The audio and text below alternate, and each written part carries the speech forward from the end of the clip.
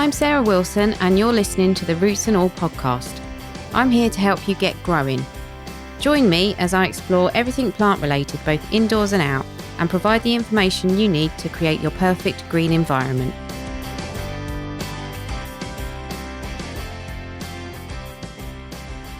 Hello and welcome to this week's episode of the podcast. This week I'm speaking to Michael Wachter. Michael works as a gardener at Great Dixter, but in his spare time he's passionate about foraging for food and, as you'll hear in the interview, has a lifelong connection with nature and has spent many years outside immersed in it. He incorporates plants into every aspect of his life, using them for food, drinks, for tools and to produce herbal remedies. Before I interviewed Michael, he prepared me a salad and a tasting platter of all the individual leaves that he'd included in the salad, which I washed down with a cup of his nettle tea. I'm ashamed to say I'd never eaten so much as a dandelion leaf before, so the tasting session was a baptism of fire, and Michael found my trepidation and ignorance quite hilarious. I'll be posting a bonus episode of a recording of the tasting session in the next few days, and I'll also be posting a couple of videos of Michael making fire using fungi and of his Stone Age glue stick, which you'll find on the Roots and All YouTube channel. I'll post a link to these videos on my social media. Now I have to post this episode with a disclaimer. Please don't go out foraging unless you're 100% sure what you're doing or unless you're with someone who knows what they're doing.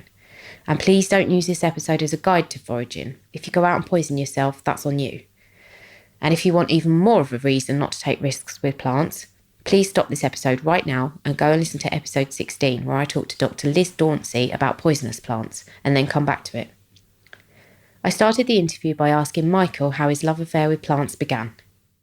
I grew up mainly outside. I still don't have a TV. I never had one in my life. My parents would always send me outside and I would come home late. And since I'm a teenager, I actually spent 1 month per year completely outside without any tent. So I always had a connection to nature. And at some point, I wanted to be even closer rather than just looking at it and sleeping, and I wanted to interact more. And the closest you can get, I guess, is just by eating your landscape. So I started trying to eat simple things like nettles and dandelions, and then I just tried a bit more, got lots of books. As you can see, I have loads of books, and I never taken any foraging course. I just done it, and yeah, it became part of my second nature in a way. I try and eat something wild every day if I can, but I incorporate in my normal diet rather than saying I'm radical and just eat wild food, because I don't think that's possible. No, I was going to ask you if you had any attempts to be self-sufficient, but it must be almost impossible. So this year I've just got permission to go on a exhibition that I just told you. So it will be 5 times a year. I will go to Devon and learn traditional skills from leading experts. And then I will go to Africa to actually hunt with the Bushmen. So that would be great. And after that, at some point, I always play with the idea of, for 6 months, only living on wild food. I think it will be incredibly difficult in a densely populated country like the UK. But I like the challenge and I would love to try it and see. But I need to know first which environment is the most abundant at which time of the year. The beach is probably the best one. Is it? Yeah, it's probably the easiest because the shingle flora and the sand flora on the beach is mainly edible, as well as you have the protein source of the fish. And we say in Germany, when the tide is low, the table is set. So because there's so much food. And I think one of the wild foods that's most underappreciated is seaweed. Because despite, I think in Wales and Ireland, there's not really a culture for eating seaweed. And it's full of protein, it's full of nutrients. I think for our future, there are 2 things that we should look at more is seaweed and insects. I think in terms of protein, there's a massive potential that's not foraged yet. That's if we don't kill all the insects by then and wipe them out. Yeah, that's right. Yeah, of course. Yeah. So this is actually still It's not a tricky time at all. You can eat so much food. So the buds are just breaking, and March is the foraging time. Oh my God. So my diet, I said I used to be vegan, now I eat meat. Actually, my diet in an ideal situation would be that in the winter, I eat quite a lot of fruits, seeds, nuts, and meat. In the spring, I go completely vegan, eat only salad, basically just salad. In the summer, I would use a lot of seeds and fruit. And then in the autumn, I use berries and nuts again and have a lot of soup. Okay. I find that strange, to say, oh, I don't need meat, I only eat salad, or the other way around, because my diet changes according to the seasons. So in about 2 weeks' time, the hawthorn leaves together with birch leaves make the most beautiful salad, and they're so easy to gather because you can just strip them. And birch leaves actually are so full of sugar. They actually have 10% sugar in them, so they're really sweet, and you can just eat them as a salad. It's the most beautiful salad. Or you can cook them in water, boil them, cook them for a few hours, and then you can exclude the leaves, discard them, and then you can boil that down to a syrup. And that syrup is much more complex in its flavor than maple syrup from Canada, for example. You can have that on bread. It's a really nutritious syrup you can have on bread. And obviously at the moment you can tap the birches. We call them poor man's cow in Bavaria because you can milk it without paying for the cow, And in a really rough winter, when the winter was really long and you run out of fodder, you would feed or you would give them birch water because it is actually a really nutritious water. So there's that. Yeah. But it is illegal in Germany to tap birch trees. And I don't think it is in the UK, but that's another thing that I see all over Instagram. I follow a few foragers and they put things like, oh, what's the most peculiar plant that you tap? Because you can tap hydrangeas, you can tap... Yeah, you can tap all sorts of trees, acer, marble, whatever. But if you drill a hole into a tree and just leave that unattended, the tree will so-called bleed. And obviously that takes important sugar out of the tree that it needs to store in its buds before the leaves come out. And you can really mess the whole tree up. So birch tapping is one of those things that's really ephemeral, and there are such tight regulations on it. Not regulations, but instructions. Yeah. So south side, 1 meter high, you have to have a slight angle. You drill into the cambium, not into the inner wood. You have to protect it from the slugs and flies because it's sugar water. You have to secure the hole afterwards. Obviously, the moon is important as well. On a rising moon, full moon, there's a lot of water coming out. On a moon that's going into a new moon, there's less water coming out. It makes a massive difference, actually. But you can really mess up a tree. The tree needs to be more than 20 centimeters in diameter to be tapped. Otherwise, you can really harm the tree. Yeah. When you tap about 100 liters out of the tree will lose about 9 to 10% of its sugar content available for the year. So that's still okay. Yeah. You can tap trees for years and years and years. Some trees are better than others. I know my tree, which is best in my environment. So I tap always that one. Yeah. But you can really mess it up. Yeah, I bet. So it's one of those things that you have to treat with a lot of respect. I know you walked from Brighton to Hastings, didn't you? How did that go? It was interesting. I tried only living on wild food. For the 4 days, I had about 300 grams of porridge with me, just as a emergency source. Or in the morning, I thought, out of the 4 days, we had the heat wave last year, incredibly hot, beautiful weather, perfect. When I walked, I had 4 nights of thunderstorm and rain, and 2 days I had heavy rain as well. You couldn't have timed it any worse if we had an entire summer of sunshine. I walked by myself, and you really feel how amazing it is to go into a supermarket and just get your stuff and you go home, Yeah. So even though I was freezing, I was really freezing cold, the only way to get warm is by walking, basically. And I had to forage. So even though I was completely soaked and wet, I had to force myself to stop and bend down and gather tiny little seeds and fruit and nuts. And that was just insane. That was really insane. Yeah. I think it's much, much easier if you are in a group, just for the reason of keeping the spirits up, and also foraging in a group. You can get much more food much quicker. Actually, you can divide the labor. Somebody is making a fire, somebody is foraging for food, and I think in a group it's much easier than by yourself. Which is how it would have happened historically, I suppose. Yeah.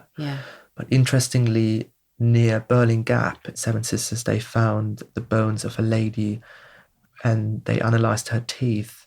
She lived about 2,000 years ago when Romans invaded Britain, and the diet that she had was mainly seafood and seeds and starch-rich plants. And it was exactly the food I was eating. So I was following her diet. I think that it's called the Burling Gap lady. Yeah. And that was just so amazing to be able to eat something that feels so good. I always felt wonderful. I was never really hungry.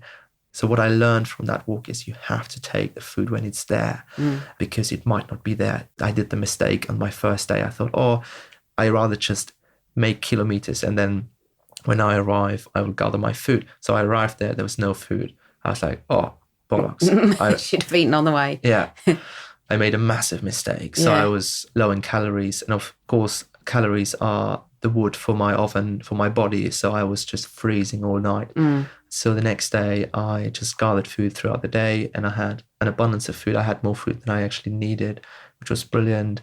It was very diverse. And going into a landscape, not knowing what you expect, and then being cold and wet, and then suddenly finding a mix of nettle seeds and blackberries, is just so wonderful. So I was so thankful all the time, because I could eat something without harming that plant, being part of this whole ecosystem and being part of this landscape without having a negative impact.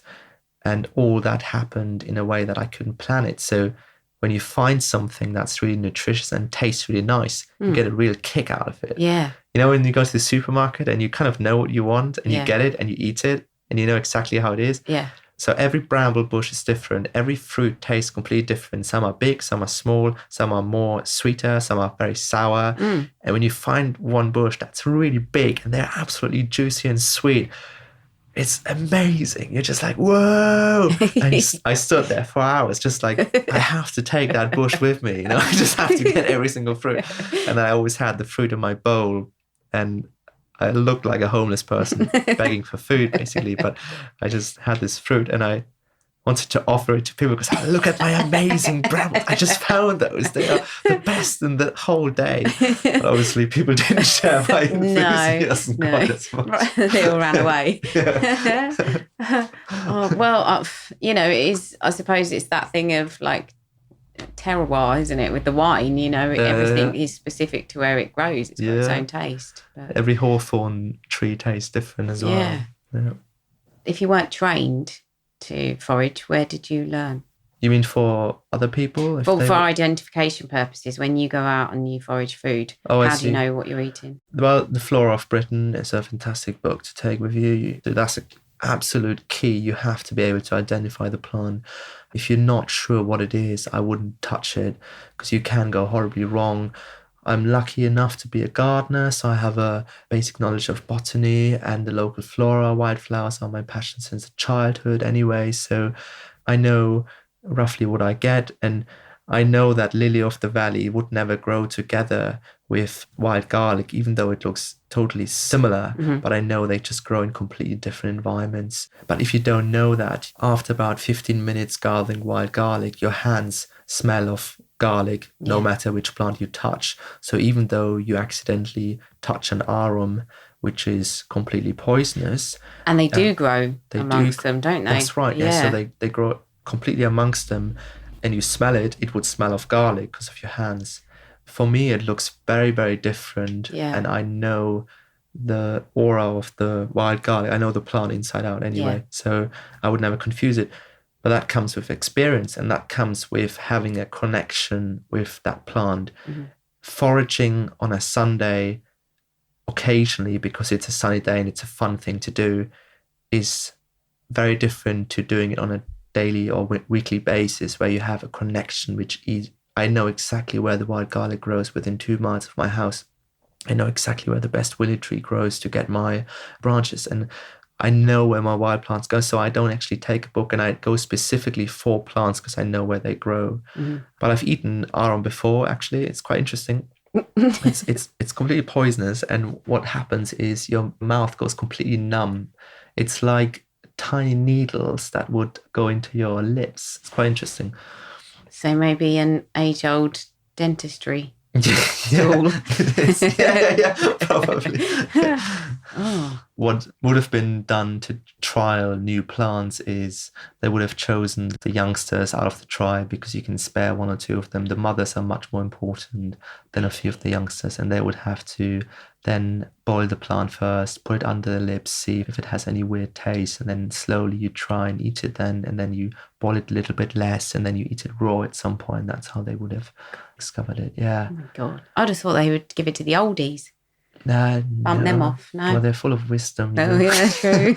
But I think with foraging, if you can go with someone who does it, brilliant. There are so many wild food walks that you can do in the local area. And that is just a wonderful way of passing on knowledge and passing on locations and passing on this connection, because when I'm out there foraging, I'm completely by myself, so there's no one to judge me.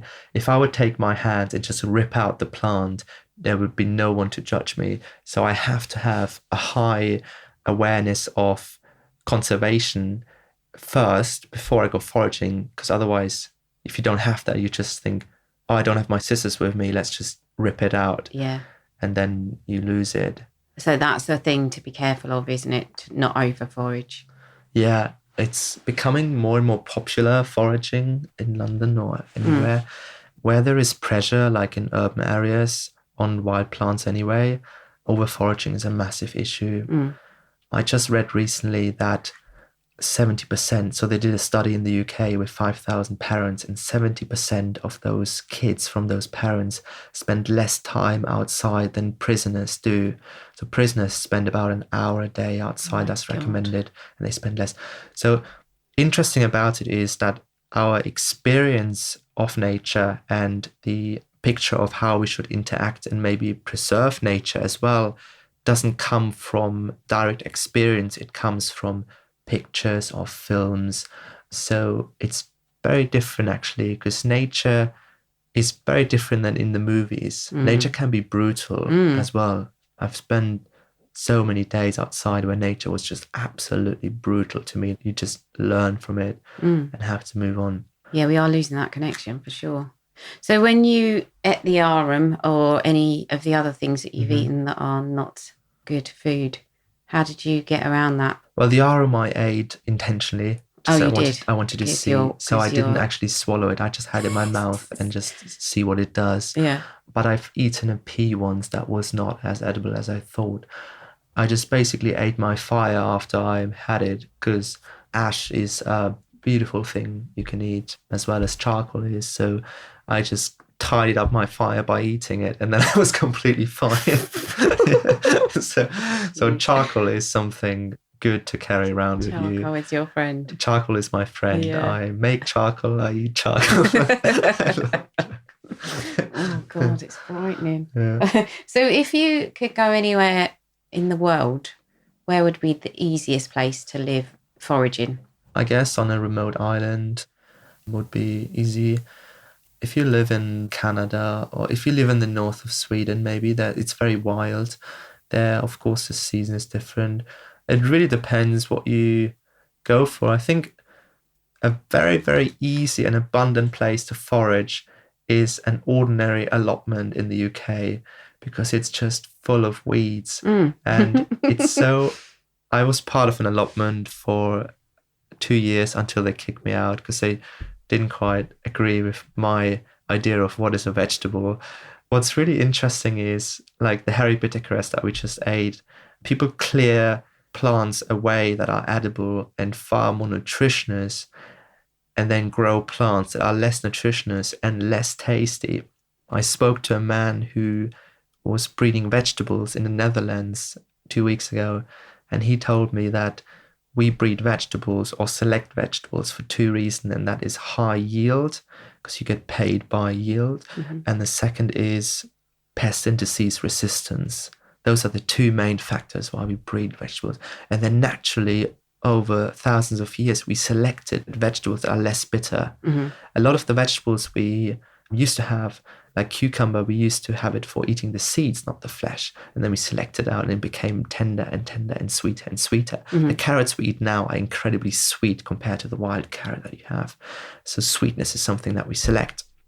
But obviously, then we have vegetables that are less nutritious. I'm not generalizing. There are a few like rocket and spring onions that are still very close to our wild vegetables, but it's just interesting.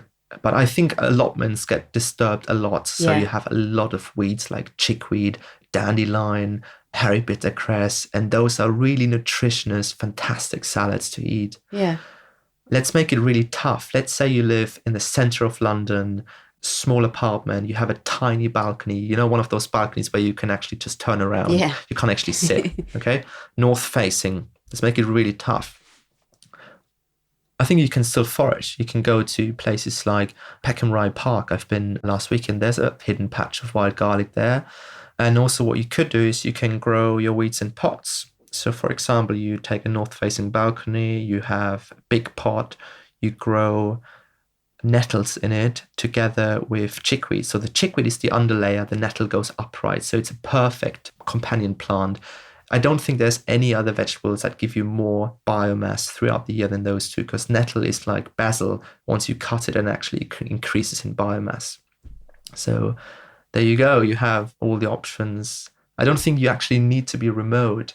I think foraging can start in your own garden, because it's a place where there is no dog, because dogs love to wee on foliage, obviously. So that's kind of safe, and your garden. You just have to maybe be a bit softer with your weeding and just allow more plants to settle in, and over the years they will self-sow, and as long as you actually use them, they never become overwhelming. So I introduced loads of weeds. As I just told you, I grow dandelion from seed, introduced chickweed, which has up to 60,000 seeds, viable up to 50 years. So hopefully it will come. Do you just go around chucking them in people's gardens? Yeah. No, not in people's gardens. Like some sort of weed terrorist. But I try, like ground elder is one weed I would love to have. I was so sad that I wasn't there. Would you like some? I can get you some. Oh, please. Yeah. Oh, happily bring you some of those white, horrible roots. No problem. I couldn't find one, so I had to buy a variegated version from Beth Chatto. I spent actually money on it, and I just hope that it will revert one day. I've got that in my garden, the variegated one, in a container, because I'm too scared to let it loose. Can you eat the leaves of that one? Yeah, you can. Yeah. And it will also spread. They say it's less vigorous, but I've seen areas where it just goes out of hand. I tell you what I find with it, the slugs love it. Oh, okay. All right. Well. Yeah, so that might keep it in check a bit. But if you want the straight green one, I can quite happily drop you around some. No problem. Well, at the moment, my housemate Dean is still quite reluctant to introduce it. Yes, he won't thank me for that. No. Well, the thing about it is, so ground elder was introduced by the Romans, and imagine they come to England, it's wet, it's soggy, it's not quite as Italy, and they miss certain things. So they missed Alexander, which they took with them, and they missed ground elder. So there's a plant that has so much value that you take it from the continent. And it's so abundant, it gives you so much biomass. Also, the Romans used to walk a lot, so it helps with arthritis. So it was actually a vital plant for them conquering Britain. And same as I said before, I think as long as you use it and cut it, it doesn't become overwhelming. And you can keep it in check easily with a lawnmower, actually. And I think it's quite pretty. I'm not sure about that, actually. It does get quite carried away. Well, I envy you a lot. Oh, no, don't please. I wouldn't wish it on my worst enemy. You mentioned in your talk actually something about the amount of humans that the globe could sustain if everybody was to forage. And I found that quite surprising. How many people could the globe support if everybody foraged for food? So the sustainable level apparently is at 10 million people, which we had a long time ago. And now we have, what is it, 7 point something billion people. So way over that after the Industrial Revolution. And the interesting thing is actually the Neolithic revolution, when we started farming and eating grains, was the time when our brains got smaller. We were actually healthier hunter-gathering than we did when we made grains. So there's a question now, isn't it? Are we living unsustainably? Mm-hmm. Then what can we do about it? And it's the way how we see conservation projects as well is linked into that. Mm-hmm. So at the moment we have a hands-off approach, don't we, with national parks. National parks, you always see massive signs saying you're not allowed to pick wild plants, do this, do this, do this. So they actually stop you from having a relationship with wild plants that could be edible, and they prefer that you eat vegetables that are grown from the agricultural fields, which, if we remember, used to be nature reserves and used to be wetlands that we drained for ploughing them and having a field. Soil erosion is our biggest threat in the UK at the moment. We have about 100 harvests left, according to the Sheffield University. That's not much. And you can actually see it when you look on Google Maps, how the soil got drained out by the rivers into the sea. It's a massive issue. And I really do believe by having a connection with your wild food, you care about your wild food. And by having a relationship, then you would make sure that this wild garlic patch would not go away. It would stay there for your kids because it gives you so much. Wild garlic is one of the most powerful medicinal plants that I know. If you are philosophic about it, it sacrifices part of its living tissue to not only sustain you, but also to help you medicinally. It lowers your blood pressure, for example, And why in hell, if I care about this plant, if it cares for me and I care for the plant, why in hell should I just rip out an entire colony? I would make sure this would be there for my kids to be healthy as well. And I think if we can have that sort of approach with nature and have hands-on experience rather than hands-off experience with nature conservation, change the way we actually preserve our wild areas, then I think we have a massive advantage for the future. There is an argument at the moment, isn't it, that we see ourselves as very separate from nature. That's we right. don't think of ourselves as part of it, which we are. So it's that's so true. About interacting with it rather than trying to preserve it in aspic in some little park or a reserve. If you ask someone, describe a picture of nature, they would describe it maybe with a forest, a stream running through, some wildflowers. And what would you see in it? Maybe a rabbit, a fox, a badger. Would you see a human in it? Probably not. But we are just grazing animals that roam around. We just forgot about sustainable foraging. And now we have this problem where we think, oh, we need to eat all those vegetables in the supermarket or all these processed food. Yeah. But actually we don't. There's something supremely ironic about working so hard to keep the pests off of a lettuce and therefore pelting it with chemicals and pulling out the hairy bitter cress next to it that's probably just as nutritious, if not more. Yeah. That, it's madness, but part of my cynical head thinks that there's no money to be made in harvesting and selling hairy bitter cress, you doing that in your own garden, whereas there is money to be made in selling you lettuce seeds and selling you the chemicals that help you prop up their life cycle. So for me, there's definitely a money-making issue involved in that, removing that connection between humans and the landscape. I think that's a really important point, yeah. That's exactly what it is about. There's no money in wild food. There's no money in wild food. And that's what it usually boils down to when you dig into a subject. And that's what I like about Michael and the idea of foraging in general. You can't really stop people doing it. Yes, you can scare them silly with stories of poisonous plants, as I did in the intro, and you can sever the generational connection with the land and make it harder for people to forage. Generations ago, we would have learnt about plants from our ancestors. Nowadays, with every generation that goes by, there's less and less received wisdom. And what we know, we have to discover for ourselves or learn secondhand from books and videos, unless we're lucky enough to know an experienced forager. I love nature, but I can only listen in admiration and with some envy when I hear about Michael's connection with the land. And I'd argue that for women, it's even harder to have that direct experience. I couldn't contemplate walking from Brighton to Hastings and camping outdoors en route with nothing but a sleeping bag. I wouldn't feel safe enough.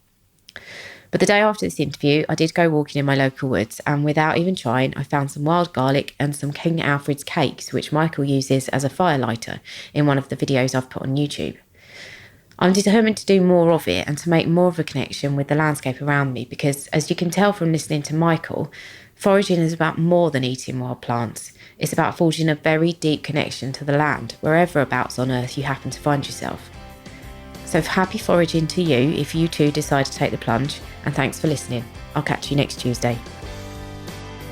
You can download or listen to the podcast direct from the website www.rootsandall.co.uk, where you'll also find my blog and a sign-up form for the newsletter, which gives you a weekly roundup of content, plus the inside scoop on things like upcoming guests. Or you can subscribe wherever you normally get your podcasts. Email me with comments and feedback at podcast@rootsandall.co.uk. Follow me on Twitter, Roots and All, Facebook, Roots and All UK, and Instagram, Roots and All Pod.